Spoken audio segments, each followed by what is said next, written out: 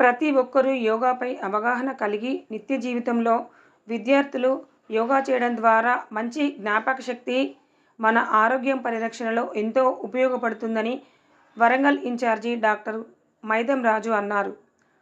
Department of AYUSH principal secretary ఆదేశాల మేరకు వరంగల్ నగరంలోని షమున్పేట మైనార్టీ గురుకుల కళాశాల పాఠశాలలలో సోమవారం యోగాపై అవగాహన సదస్సు, మెడికల్ క్యాంపులు నిర్వహించామని తెలిపారు.